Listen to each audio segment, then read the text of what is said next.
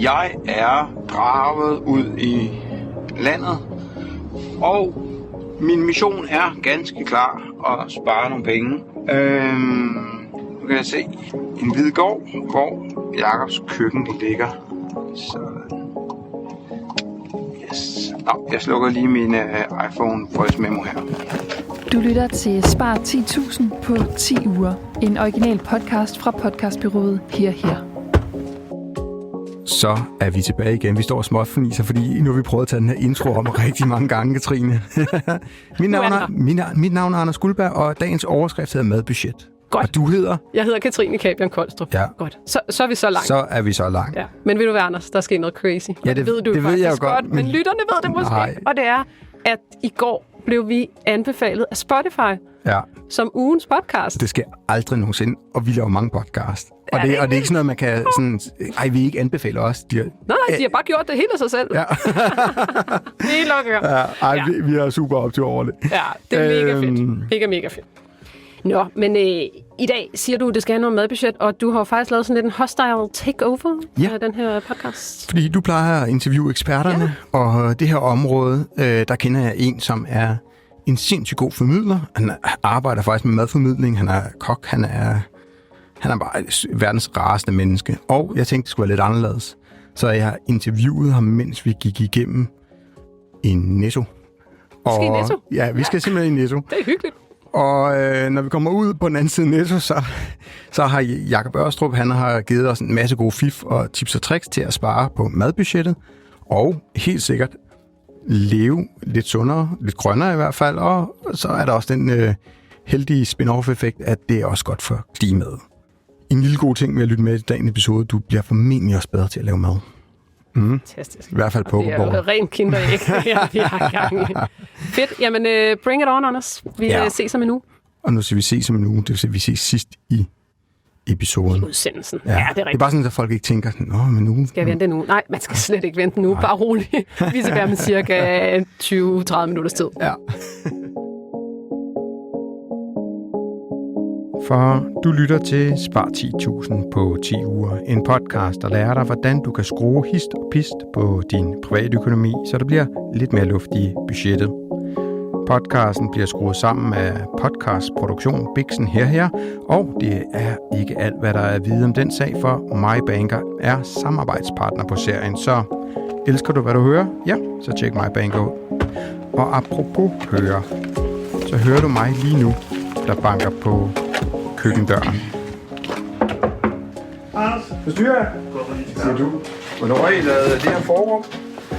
Hos Jakob Ørstrup, levemand, madformidler og stifter af Nordic Chocolatiers, der laver verdens bedste chokolader. Og det der med verdens bedste, det passer. Fordi Jakob og hans makker Peter har faktisk vundet verdensmesterskabet i chokolade. Og nu skal den her episode slet ikke handle om chokolade, men hænger du i til allersidst i episoden, så laver vi en lille giveaway-konkurrence, hvor du kan vinde Jakobs chokolade. Vi skal jo ikke snakke om chokolade, vi skal snakke om madbudget, Jakob. Ja. Hvor skal vi gøre det henne? Nu står vi i chokoladefabrikken. Lige præcis, nu står vi i chokoladefabrikken. Det giver ikke så meget mening. Spørgsmålet er, om vi skulle køre ned i Netto i virkeligheden. Ja. Og snakke lidt om sagerne dernede. Det gør vi. Rode lidt i en lækker køledisk. Ja, så det gjorde vi. Vi kørte ned i Netto for at rode i en køledisk eller to. Og lad os lige tage en stilling her, inden vi starter dagens episode, fordi det handler om at spare, og det har Katrine og jeg gjort.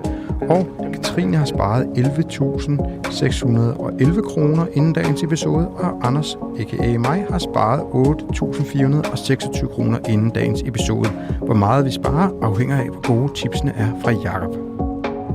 God fornøjelse med interviewet med Jakob Ørstrup.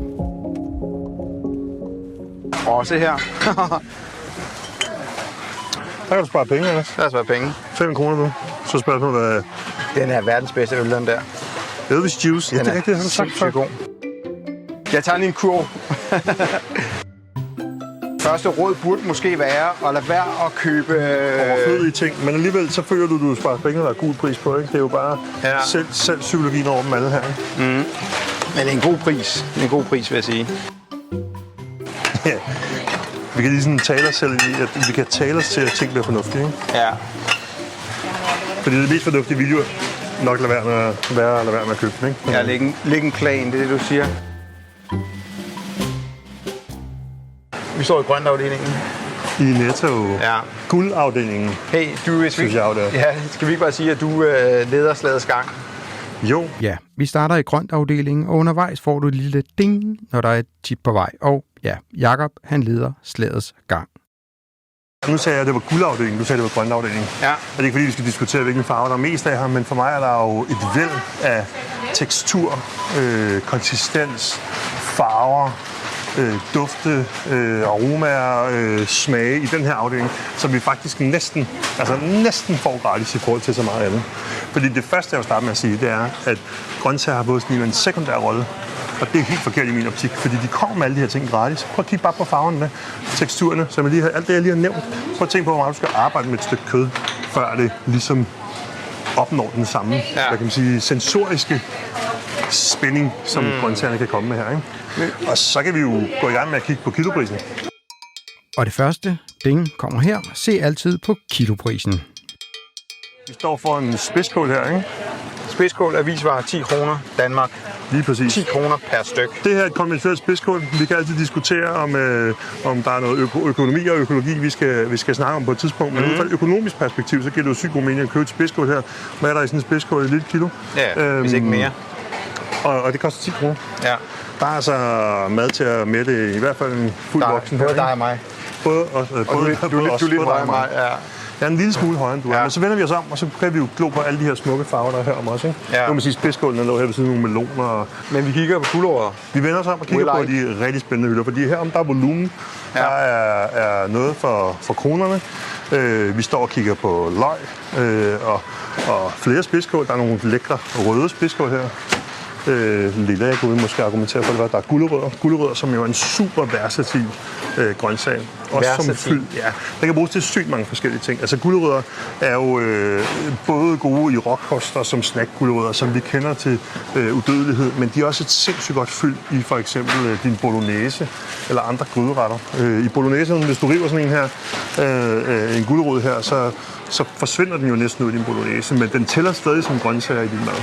Ja. Og især i det øjeblik, som vi kommer til det om lidt, når vi går videre og kigger på køddisken, der er det her med, ja, jeg er fristet til at sige noget fyld, men jeg vil hellere sige noget andet værdiskabende i din gryderet. Uhyre vigtigt, fordi kiloprisen på de her gulerødder, jeg kan hive et kilo her af danske gulerødder for 11 kroner, ikke? Ja. Og hvis jeg vil have dem økologisk, så koster de 14. Og det er værd at holde fast i de her 11 og 14 kroner versus det hakket oksekød, for eksempel, vi skal kigge på lige om lidt. Jeg tænker generelt, så er vi jo på den der, at det må gerne være økologisk, og det skal. Altså i min bog kører jeg altid økologisk. Man kan sige, så jeg har det sådan lidt, og det er så små penge, der er at spare. Endnu en af de problematikker, eller hvad kan man sige, sådan udfordringer, vi har i de danske supermarkeder, det er, at vi kan få alt hele tiden. Ja, et nyt ding, og det her tip handler om at spise efter årstiderne, for det er godt også for din pengepung. Og skal jeg kigge på det med mine kokkeøjne, ud fra sådan et sensorisk, kvalitetsmæssigt perspektiv, så giver det ikke nogen mening nødvendigvis, at vi kan få alt det over. Fordi jordbær i januar fra Spanien, som ikke smager en dyt, det kan være lige meget. Ja. Vi skal lære med andre ord at spise efter sæsonerne, og det vil faktisk betyde flere ting for os. Nu taler vi om at kunne spare penge her, men hvornår er gulerødderne billigst? Ja. Gulerødder er et dårligt eksempel måske, der kan vi klare lidt om, hvornår er ananasen billigst? Står lige op ananas, ikke? Ja, hvornår er ananasen billigst? Det er når den er sæson. Så... Når den er sæson, når markedet bliver overflyttet af ananas, ikke? Ja. Og i øvrigt, det er jo typisk samtidig med, at den her vare smager allerbedst. Ja. Så man kan sige, at der er 2 perspektiver i at prøve at spise mere sæsonbetonet. Der er selvfølgelig, og for mig næsten det vigtigste perspektiv, smag og kvalitet af produktet. Og så er der altså også det økonomiske perspektiv. Ja. Nu kan du se herovre, vi gik lige forbi en vare, som jeg jo elsker, og faktisk rigtig gerne vil fremhæve. Ja. Vi må gå lidt tilbage her. Vi står med et græskar.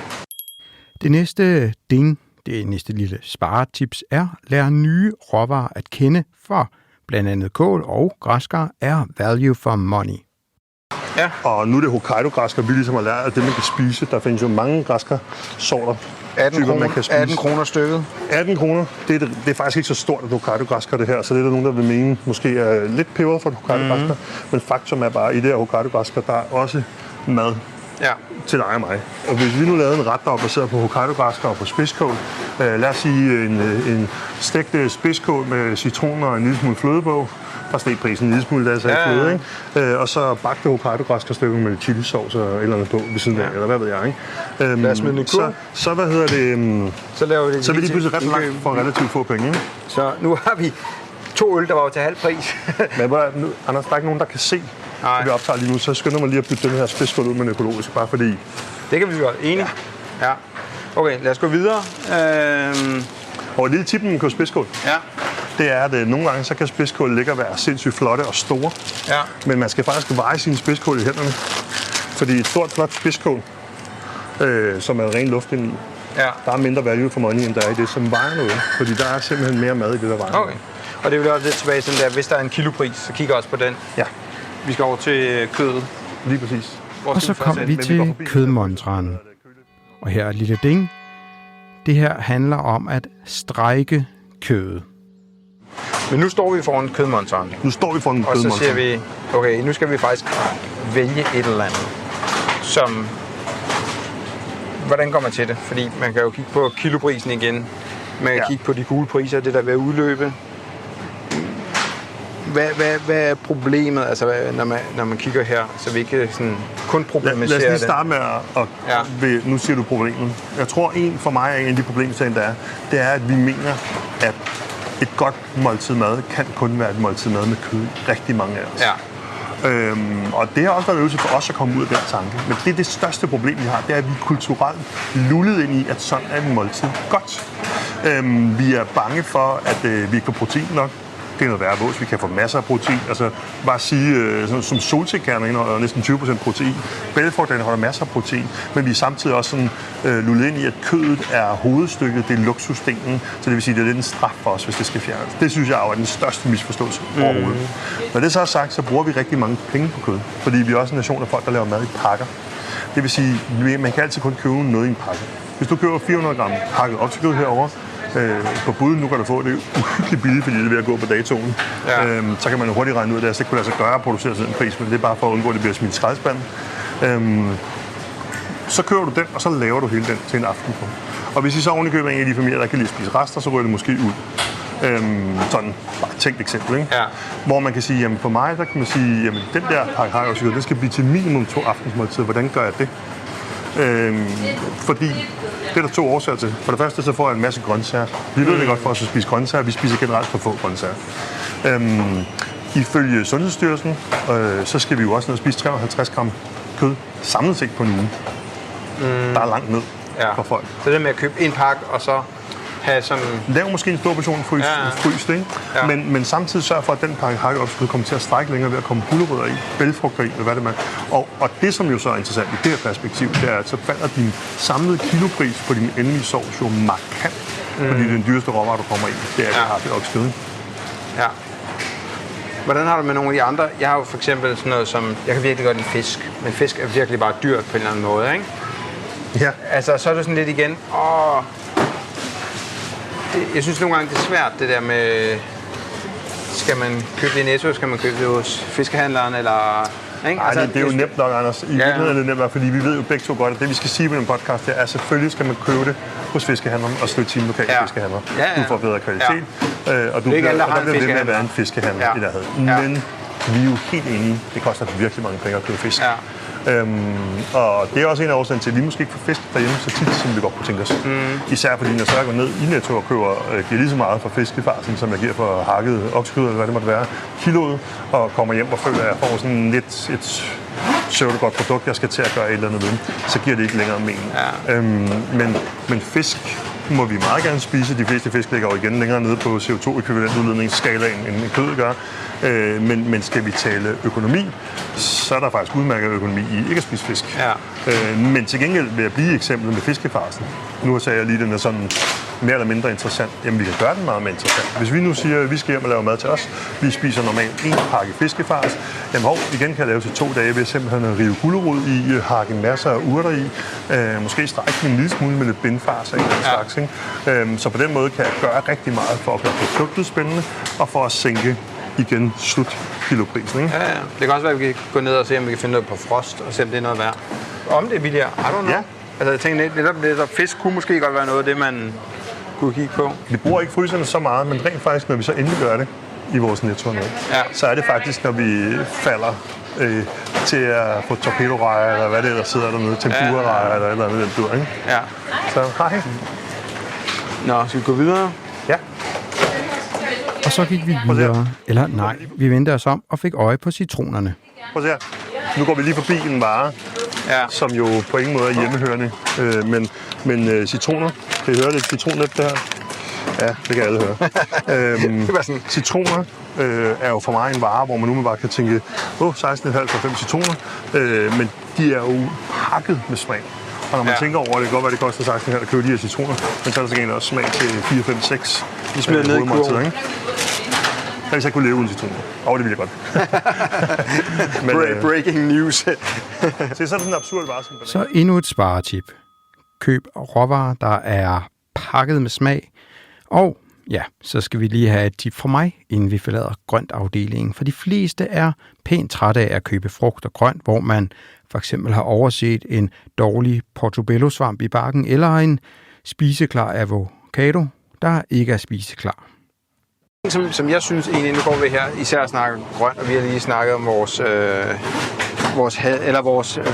frygtfrugt, som man lige elsker, altså avoen. Det der med at bruge appen, så hvis du køber noget frugt, som viser sig at være dårligt, så kan du rent faktisk få refusion i appen. Det synes jeg faktisk. Netto? Det er super smart. Og det der med, det tror jeg også, man kan andre steder faktisk. Og det synes jeg faktisk, altså lad os sige, nu står du her med en portobello-svamp, og så er der nogle af dem, der er dårlige. Så kan du tage et billede og få det refunderet. Det er sgu meget smart. Det synes jeg meget smart. Det var godt, jeg kan få et tip her. Står med en pakke brune champignon her, danske økologiske producerede brune champignoner. Fordi en af de andre ting, folk er meget, meget bange for at miste, hvis de fjerner noget kød fra deres kost, det er den her 5. grundsmag, der hedder umami. Ja. Og umami er sådan lidt groft fortegnet smag af stegt kød. Og den kan vi altså få rigtig meget fra svampe. Så svampe med i din plantefars, hvis du laver en plante baseret på squash, lige de her squash-tider, for eksempel, er med til at bringe umami frem i retten, når du steger på dem her. Der er bare sådan nogle champignon, økobrune, til 16 kroner her. Yes. Den tager vi også med på kurven her. Så laver vi for Tvedemose. Er det det? Tvedemose er et dejligt sted. Ja. Nå, skal vi gå videre? Ja, lad os gøre det. Vi er sikre med... Ja, og så gik vi ud af grøntafdelingen, for lige at spare lidt tid, så kommer her den vigtigste pointe om... Ota Solgryn. Om Ota Solgryn. Fordi Ota Solgryn koster væsentligt mere på kilopris i forhold til Nettos own brand Øko, som jo er økologisk. Så nogle gange, så skal vi lige passe på, når vi ser de her kendte brands, at det er måske mere forside end det indhold. Dermed ikke sagt, at der findes kvalitetsbrand, hvor kvaliteten også er væsentligt bedre end et no-name brand. Men altså... Kilopris. Ja, husk at holde med den. Der er ikke så meget andet end det. Så skal vi videre. Det er bare... Ja.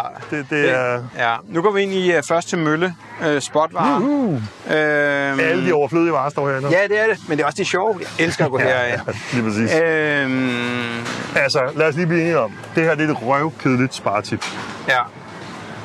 Men hvis du nu rigtig gerne vil spare 10.000 timer, så start lige med at gøre dig selv en tjeneste.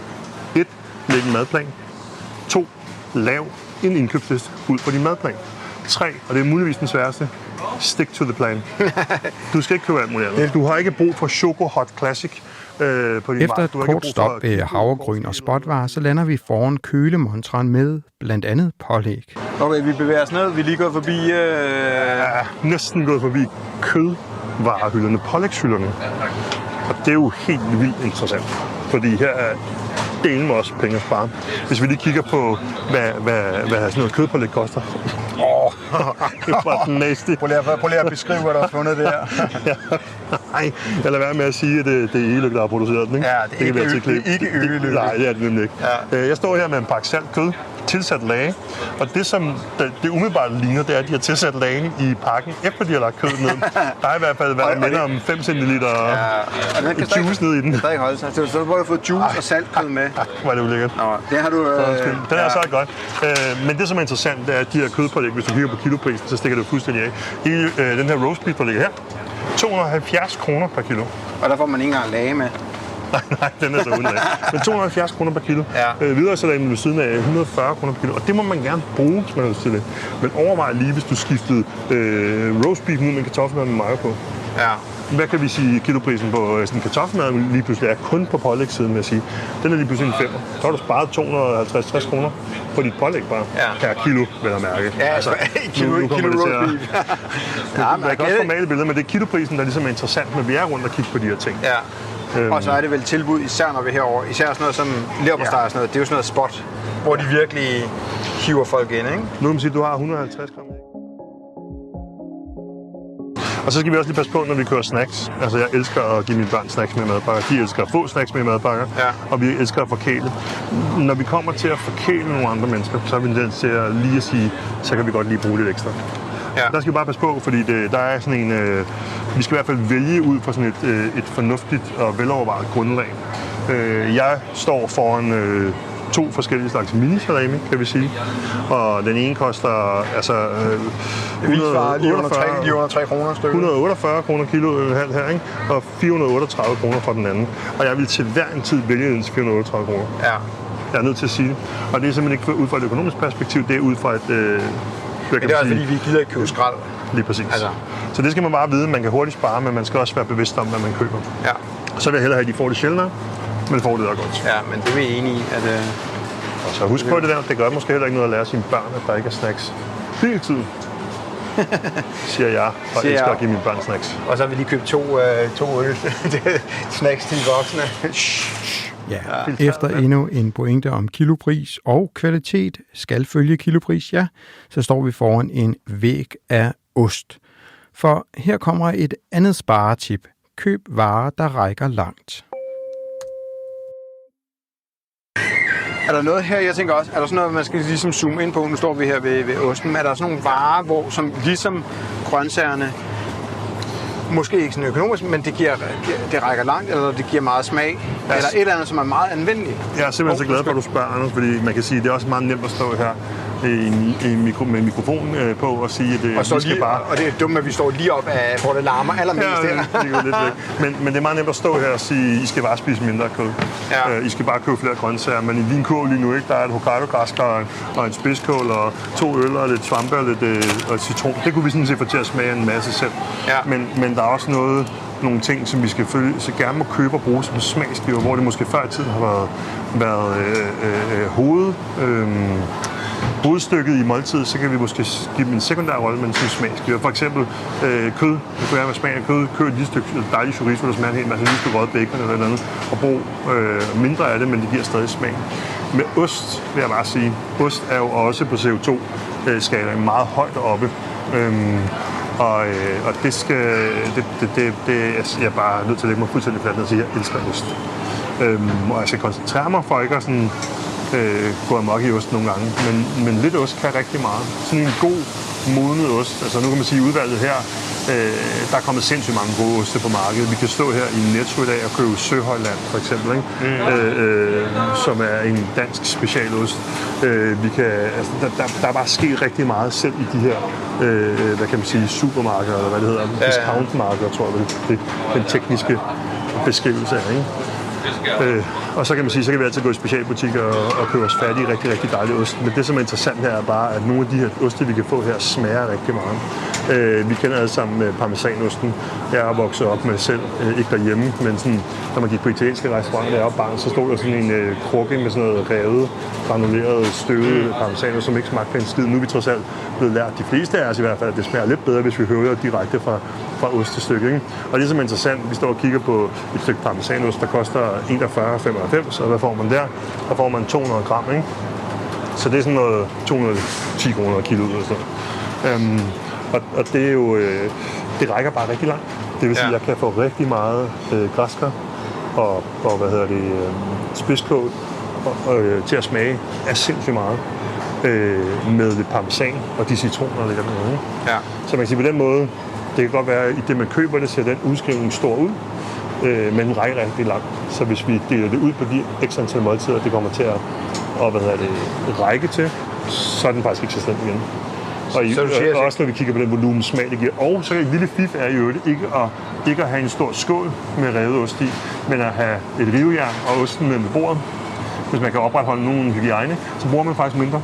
Ja. Fordi det der er revet for meget i skålen, hvis der er meget i skålen, så tager vi lidt mere. Hvis der så er for meget i skålen, når vi er færdige med at spise aftensmad, så er det for det første er det enormt svært at sætte tilbage på osten. Det er den ene udfordring, men den er... Det er så sjovt. Den anden er, hvad sker der ligesom med det? I rigtig mange hjem, så er jeg godt skrive under på, at der rører det lige ud med... eller ligesom hjemme i vores hjem, så spiser faren det, når de andre så vi skal have en parmesan til at... Altså, vi er jo nærmest ved at lave en ret, selvom vi ikke havde planlagt det. Ja, det skulle man mene. Hvad siger du? Vi køber en parmesan. Skal man købe den gode? Vi køber den gode? Det er en god. Ja. Det ved jeg ikke. Det er samme producent, og du må ikke hænge mig op på præcis, om de smager helt ens, eller om de ikke smager ens. Men jeg var så fræk at snige den økologiske, som koster noget mere, må man sige, ned i din kurv igen, fordi... Jeg vil gerne købe... Det er jo kun fordi, du snakker om den, der kostede 41 lige før. Ja, det er rent. Ja, det. Jeg tror, den, der kostede lidt mere end 41. Lad os gå videre. Men det er fordi, at husk på, hvis det er mig, der skal spare alle de her penge, som podcasten handler om, så køber jeg dyrt ind i dag, for jeg har en formodning om, at det er dig, der betaler, når vi går ud. Ja. Og du har jo sparet... Jeg har tænkt mig at tage den med hjem til mig selv. Du har jo sparet mange... for fanden. Du har jo sparet så mange penge på de bajer der, så det halve kunne være noget. Ja, men det er det. De er jo købt ind. Men ved du hvad, Anders, du må gerne tage den anden. Det vil være økonomisk fornuftigt. Nej, jeg er helt med på den her. Jeg vil gerne være en kvalitetstyv. Ja. Men så længe det giver mening. Ja. Nå. Og man skal huske på, at købe økologisk ind kan jo være et fedt princip at have. Men hvis du har en økonomi, der bærer det, så vil jeg mene, at den skade, det forvolder i din økonomi, kan næsten være større end den skade, det forvolder på miljøet. Det er selvfølgelig noget værre at volapyk at stå og sige, men jeg tror ikke, vi kommer til at kunne gøre meget på miljøfronten, hvis vi selv er helt nedlagt på grund af dårlig økonomi. Ja. Så hvis man i en periode har brug for at købe den konventionelle, eller den ikke økologiske. Ja, det står folk frit for. Ja, det gør det nemlig. Også bare for at sige, at der er ikke noget... Vi dømmer ikke nogen her. Nej. Det er vores valg. Er der noget... Nu står vi og kigger ved mælk og så videre. Det er jo sådan rimelig straightforward. Men er der sådan nogle mælkeprodukter her, som også gør så godt i køkkenet, som holder langt? Fordi i min optik, så er det jo netop noget, der ikke holder langt. Medmindre man fryser den ned, selvfølgelig. Lad os bare lige få at sige, vi kører ofte creme fraiche, for eksempel. Ja. Og man kan næsten kun få halv liters creme fraiche, og det er bare typisk for meget. Ja. Og fordi vi ikke vil købe den, der er 18%, fordi så køber vi den, der er 9%, og så er der for meget. Sagde du ikke købt creme fraiche? Jo, nej, vi bruger den der fraiche. Altså creme fraiche er 38%, ved du godt? Ja, det er vi kører den billige der 9%, også fordi... Ja, det var så lidt kokkehumor, eller hvad skal vi sige, lidt hån er intervieweren. Men creme fraiche, som jeg siger, det næste sparetip handler om de varer i køledisken, der ikke holder så lang tid. Største fare ved at købe noget, man ikke bruger op med det samme, det er faktisk kontaminering af produkten. Det er faktisk et spørgsmål om, at vi sørger for ikke at få en eller anden form for beskidt ske eller et eller andet i.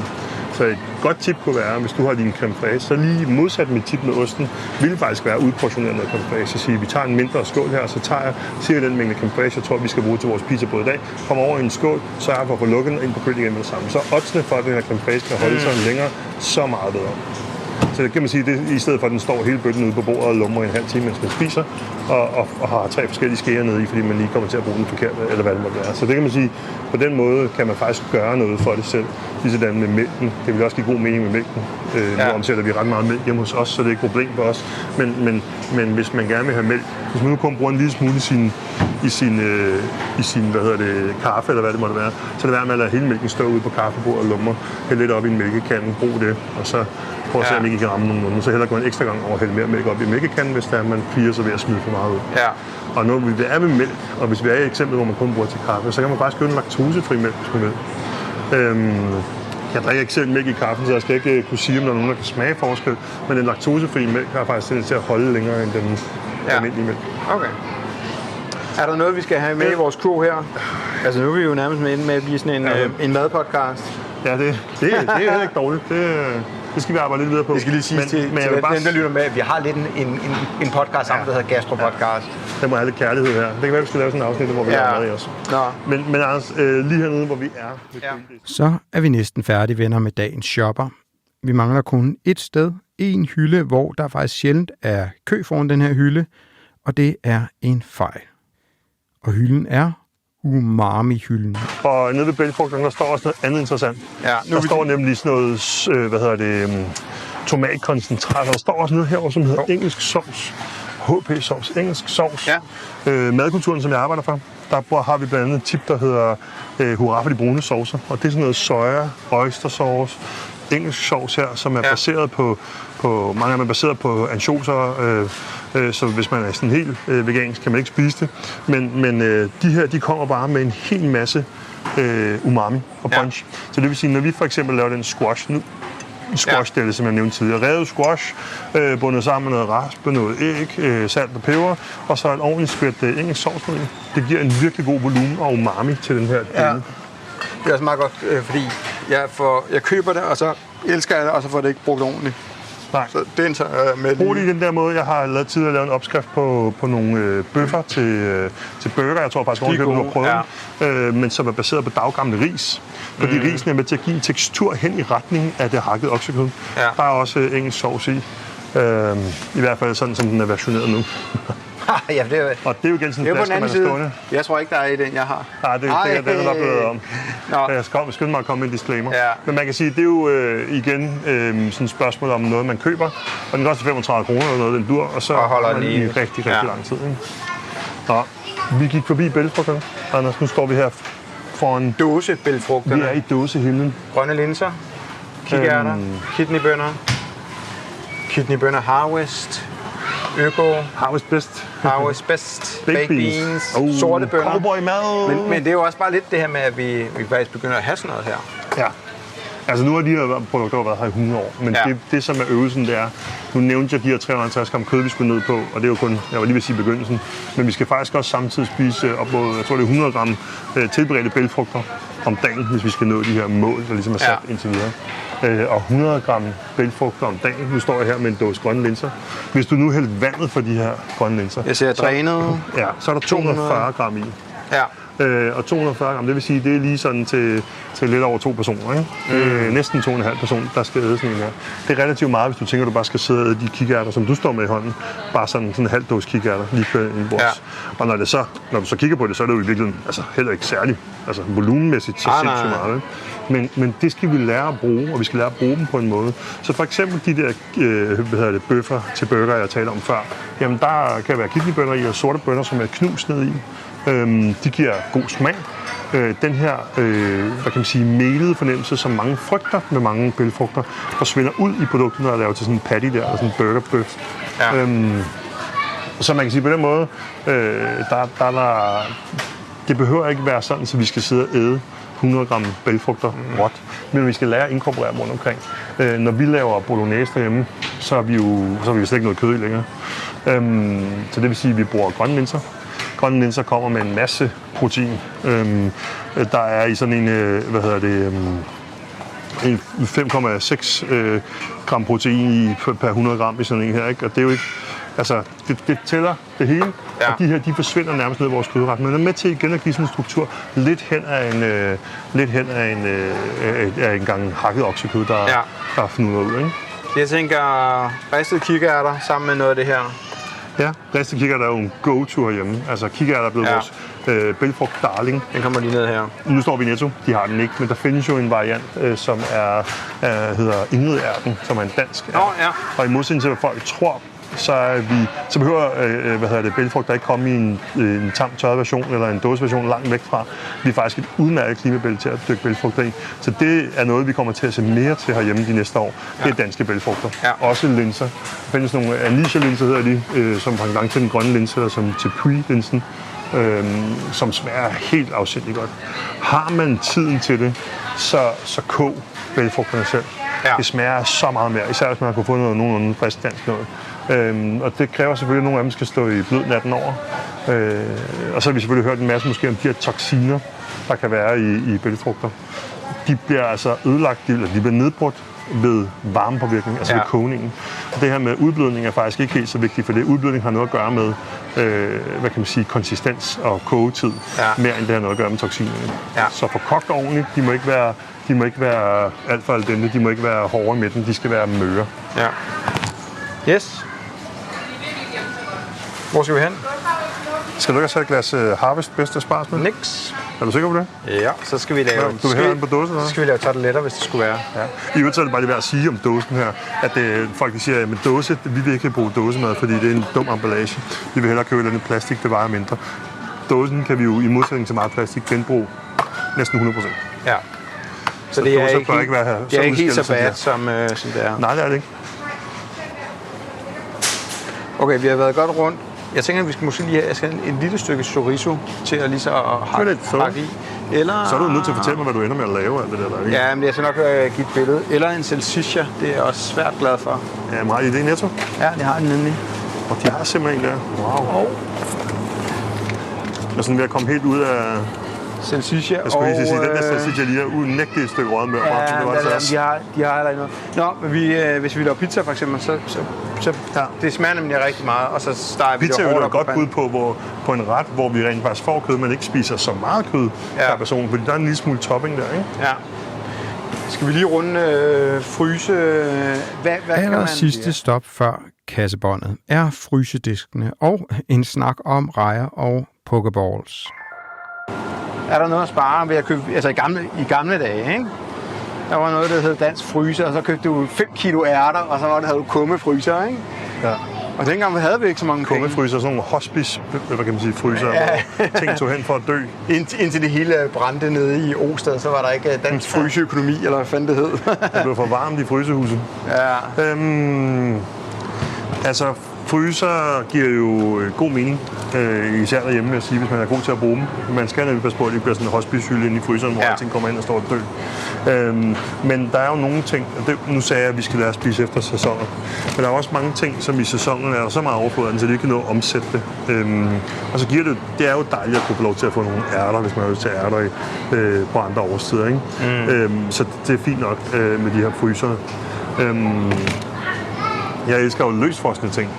Det gør vi jo herhjemme, fordi når vi fryser, i modsætning til når vi fryser det her 1 kilo bolognese, vi har lavet derhjemme, som tager 100 år at tørre op, fordi det er en stor massiv klump, så tager det jo ingen tid at hælde kogende vand fra kukkeren over de her ærter, og så kører bussen. Ærter og majs, som vi jo køber rigtig meget af på frost, er jo nogle af børnenes darlinger, fordi de er søde. Ja. Så det er sådan en nem måde at få noget, sådan et slikgrønt, plejer vi at kalde det, i børnene derhjemme. Så på den måde kan man sige, der giver det god mening. Jeg er ikke sikker på, at man nødvendigvis sparer så helt afsindigt meget. Nej. Det man kan sige, en af årsagen til, at man kan gøre det billigere som butik, er jo, at der er ikke så stor risiko ved at have ting på frost. Der er jo ikke den her korte holdbarhed. Hvis du køber babyspinat, frisk babyspinat, der vil typisk koste noget mere per kilo. Det er klart. For det første så fylder det sygt meget mere, når ikke det har været hakket og frosset. Og for det andet så er der en større risiko ved at tage meget af det hjem. Så det må altså lige koste noget mere. Så det vil sige, at hele transport- og logistikdelen på den friske vare er langt mere bekostelig og kompleks, end den er på frysevaren, som jo ikke gør noget, hvis den lige kommer 3 timer senere eller 2 dage senere, fordi den er frossen. Yes. Det var grøntsagerne her. Det er også lidt sjovt at kigge på nogle af de der fisk, som du sagde, frost.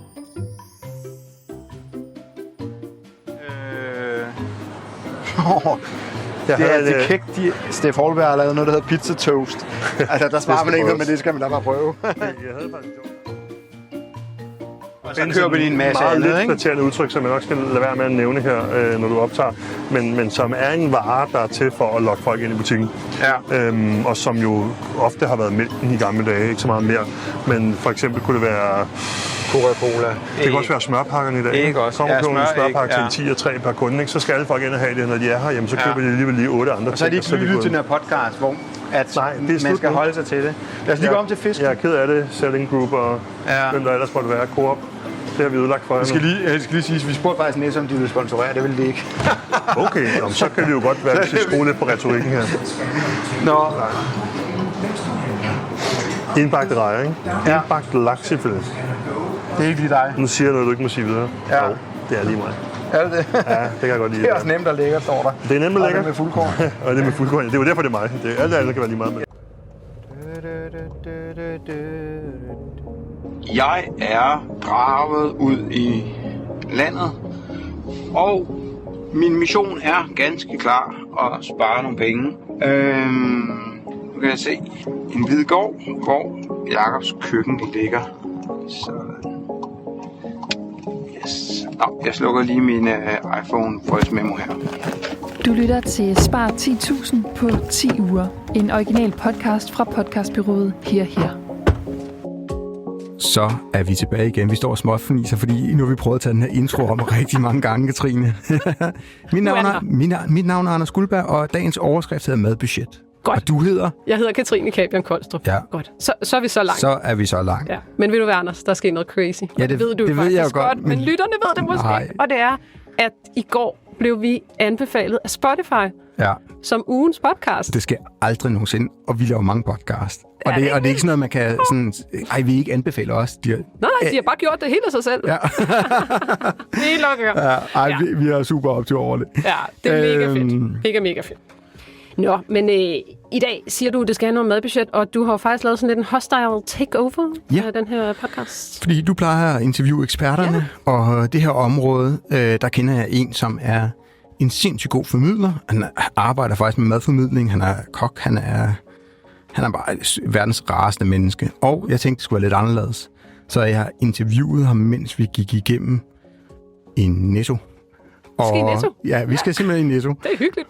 Og når vi kommer ud på den anden side Netto, så har Jakob Ørstrup, han har givet os en masse gode fif og tips og tricks til at spare på madbudgettet.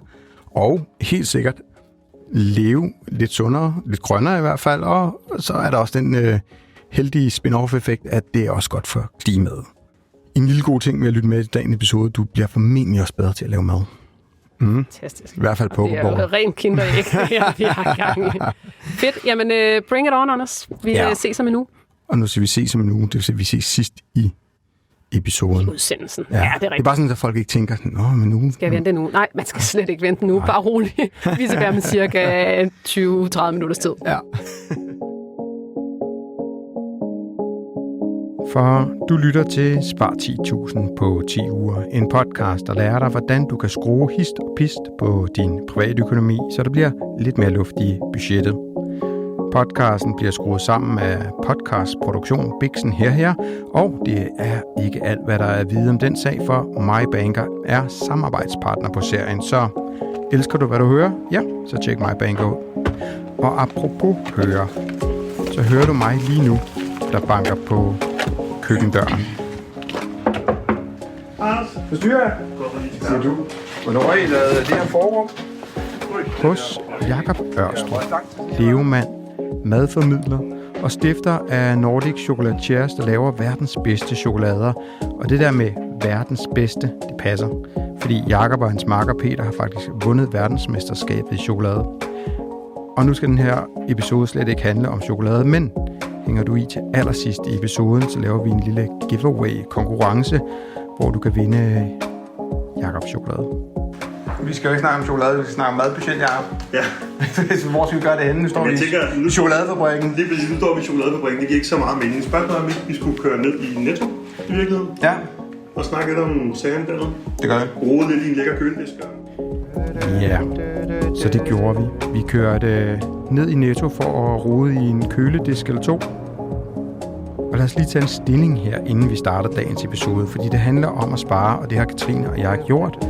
Og Katrine har sparet 11.611 kroner inden dagens episode, og Anders, a.k.a. mig, har sparet 8.426 kroner inden dagens episode.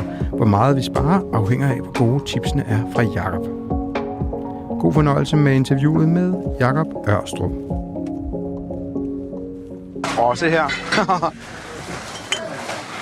Der kan du spare penge, Anders. Der er sparet penge. 5 kroner nu. Så spørger du, hvad... Den er verdens bedste øl, den der. Elvis Juice. Ja, det er rigtigt, har du sagt før. God. Jeg tager lige en kurv. Første råd burde måske være at lade være at købe... overflødige ting. Men alligevel, så føler du sparer penge, der er god pris på, ikke? Det er jo bare selv psykologien over dem alle her. Men det er en god pris. En god pris, vil jeg sige. Vi kan lige sådan tale os selv i, at vi kan tale os til, at ting bliver fornuftige. Ikke? Ja. Fordi det mest fornuftige video nok lade være med at købe den, ikke? Ja, lægge en plan, det er det, du siger.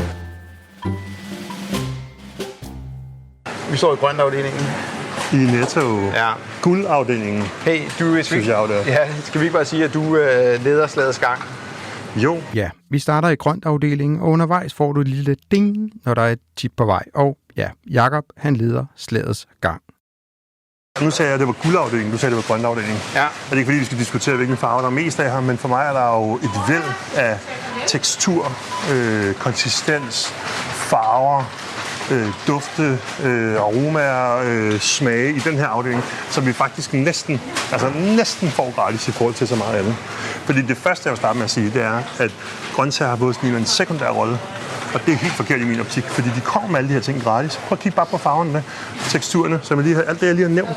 Prøv at tænke på, hvor meget du skal arbejde med et stykke kød, før det ligesom opnår den samme, hvad kan man sige, sensoriske spænding, som grøntsagerne kan komme med her. Ikke? Og så kan vi jo gå i gang med at kigge på kiloprisen. Og det første ding kommer her. Se altid på kiloprisen. Vi står for en spidskål her, ikke?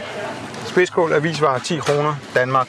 Lige præcis. 10 kroner per styk. Det her er et konventionelt spidskål. Vi kan altid diskutere, om der er noget økonomi og økologi, vi skal snakke om på et tidspunkt. Men ud fra et økonomisk perspektiv, så giver det jo sygt god mening at købe et spidskål her. Hvad er der i sådan en spidskål? Et lille kilo? Ja, hvis ikke mere. Og det koster 10 kroner. Ja. Der er altså mad til at mætte i hvert fald en fuld voksen her. Både dig og mig. Både du er lidt højere end mig, ja.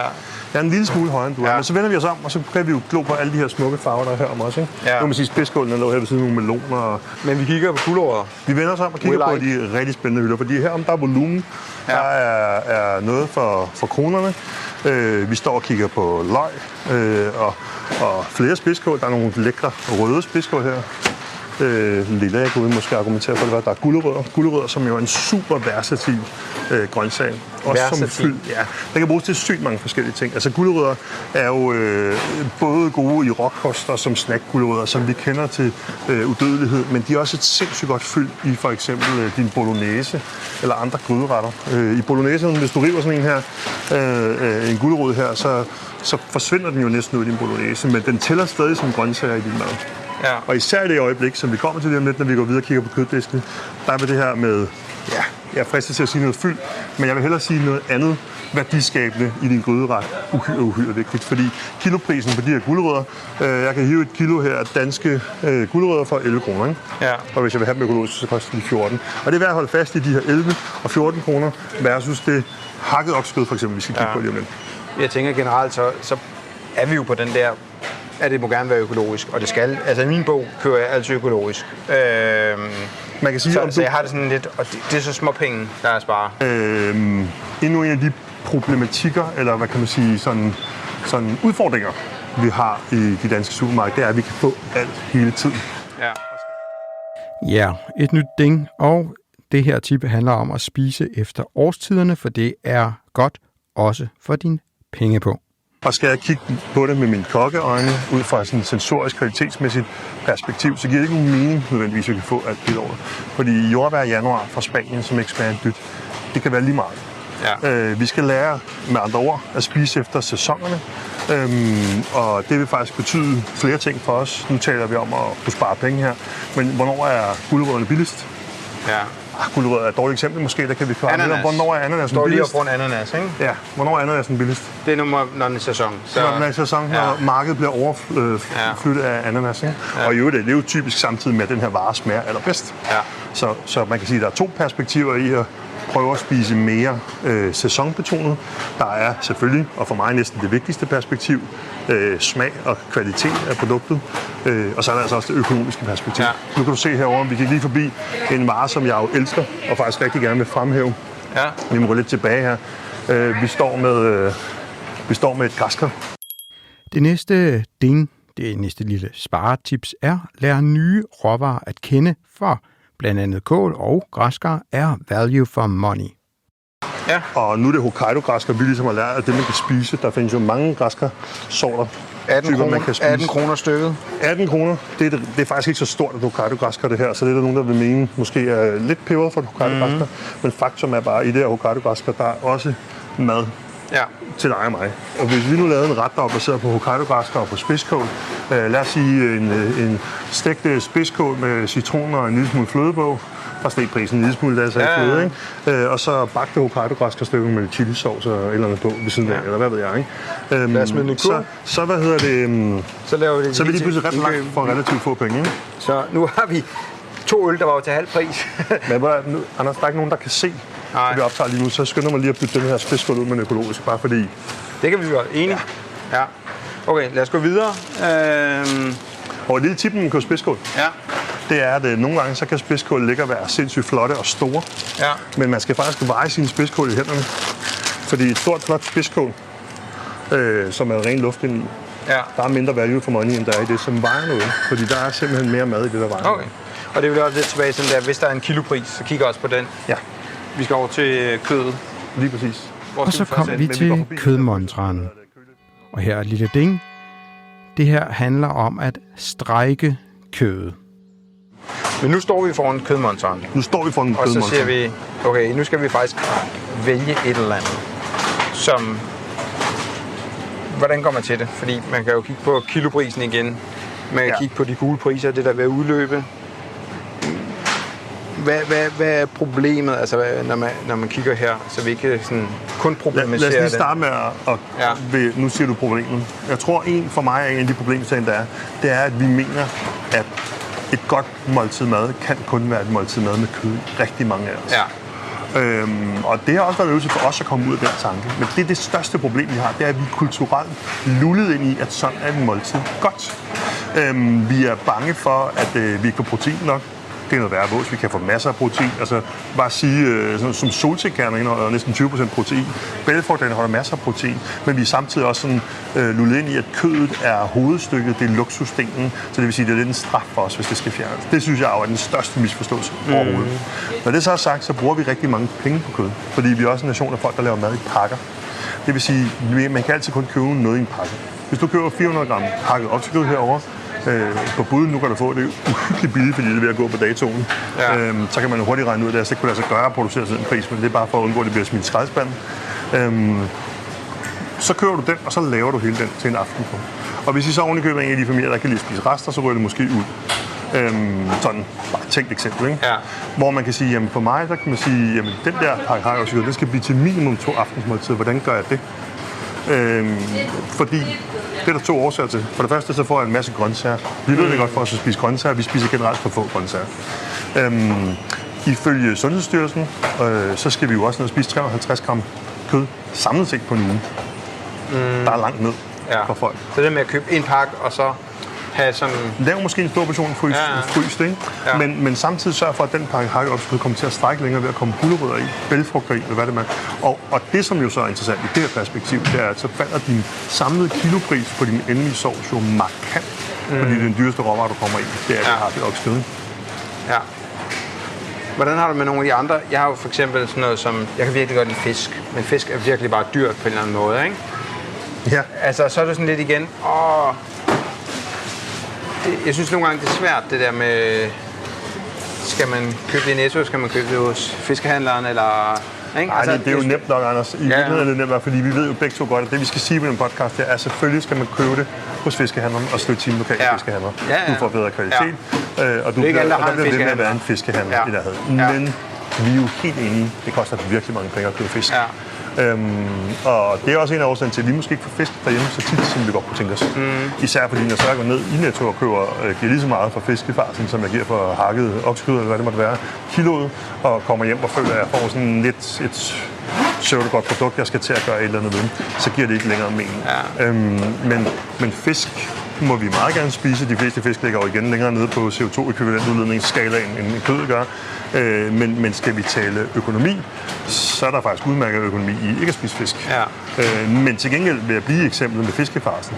Nu sagde jeg lige, den er sådan mere eller mindre interessant, jamen vi kan gøre den meget mere interessant. Hvis vi nu siger, at vi skal hjem og lave mad til os, vi spiser normalt 1 pakke fiskefars, jamen igen kan jeg lave til 2 dage ved simpelthen rive gulerod i, hakke masser af urter i, måske strække en lille smule med lidt bindfars af slags. Så på den måde kan jeg gøre rigtig meget for at gøre produktet spændende, og for at sænke igen slutkiloprisen. Ikke? Ja. Det kan også være, at vi kan gå ned og se, om vi kan finde noget på frost, og se, om det er noget værd. Om det er billigere, I don't know. Ja. Altså, jeg tænker, netop fisk kunne måske godt være noget af det, man kunne kigge på. Vi bruger ikke fryserne så meget, men rent faktisk, når vi så endelig gør det i vores Netto, så er det faktisk, når vi falder til at få torpedorejer, eller hvad det ellers sidder dernede, tempura-rejer, eller et eller andet, den dur, ikke? Ja. Så hej. Nå, skal vi gå videre? Ja. Og så gik vi videre. Eller nej, vi vendte os om og fik øje på citronerne. Prøv at se her. Nu går vi lige forbi en vare, som jo på ingen måde er hjemmehørende. Men citroner, kan I høre det? Citronnet det her? Ja, det kan alle høre. Citroner er jo for mig en vare, hvor man nu bare kan tænke, 16,5 for 5 citroner. Men de er jo pakket med smag. Og når man tænker over det, kan godt være, det koster 16,5 at købe de her citroner, men så er der så egentlig også smag til 4, 5, 6. De smider ned i kurven. Hvis jeg kunne leve uden citroner. Det ville jeg godt. Men, breaking news. Så er sådan en absurd vare som banan. Så endnu et sparetip. Køb råvarer, der er pakket med smag. Og ja, så skal vi lige have et tip fra mig, inden vi forlader grøntafdelingen. For de fleste er pænt trætte af at købe frugt og grønt, hvor man for eksempel har overset en dårlig portobello-svamp i bakken, eller en spiseklar avocado, der ikke er spiseklar. Som jeg synes egentlig, nu går vi her især at snakke grønt, og vi har lige snakket om vores frugtfrugt, som man lige elsker, altså avoen. Det der med at bruge appen, så hvis du køber noget frugt, som viser sig at være dårligt, så kan du rent faktisk få refusion i appen. Det synes jeg faktisk. Det er super smart. Og det der med, det tror jeg også, man kan andre steder faktisk. Og det synes jeg faktisk, altså nu sige, nu står du her med en portobello-svamp, og så er der nogle af dem, der er dårlige. Så kan du tage et billede og få det refunderet. Det er sgu meget smart. Det synes jeg er meget smart. Det var godt, jeg kan få et tip her. Står jeg med en pakke brune champignon her, danske økologiske producerede brune champignoner. Fordi en af de andre ting, folk er meget, meget bange for at miste, hvis de fjerner noget kød fra deres kost, det er den her 5. grundsmag, der hedder umami. Ja. Og umami er sådan lidt groft fortegnet smag af stegt kød. Og den kan vi altså få rigtig meget fra svampe. Så svampe med i din plantefars, hvis du laver en plante, det er baseret på squash, lige de her squash-tider, for eksempel, er med til at bringe umami frem i retten, når du steger på dem her. Der er bare sådan nogle champignon, økobrune, til 16 kroner her. Yes. Den tager vi også med på kurven her. Så laver vi fra Tvedemose. Er det det? Tvedemose er et dejligt sted. Ja. Nå, skal vi gå videre? Ja, lad os gøre det. Vi ser med... Ja, og så gik vi ud af grøntafdelingen for lige at spare lidt tid, så kommer her den vigtigste pointe om... Ota Solgryn. Om Ota Solgryn. Fordi Ota Solgryn koster væsentligt mere på kilopris i forhold til Nettos own brand Øko, som jo er økologisk. Så nogle gange, så skal vi lige passe på, når vi ser de her kendte brands, at det er måske mere forside end det indhold. Dermed ikke sagt, at der findes kvalitetsbrand, hvor kvaliteten også er væsentligt bedre end et no-name brand. Men altså... Kilopris. Ja, husk godt op med den. Der er ikke så meget andet end det. Så skal vi videre. Det er bare... Ja, det er... Ja. Nu går vi ind i først til Mølle, spotvarer. Alle de overflødige varer står herinde. Ja, det er det. Men det er også det sjove. Jeg elsker at gå heraf. Ja, lige præcis.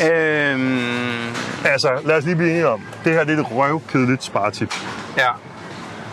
Men hvis du nu rigtig gerne vil spare 10.000 timer, så start lige med at gøre dig selv en tjeneste. 1. Læg en madplan. 2.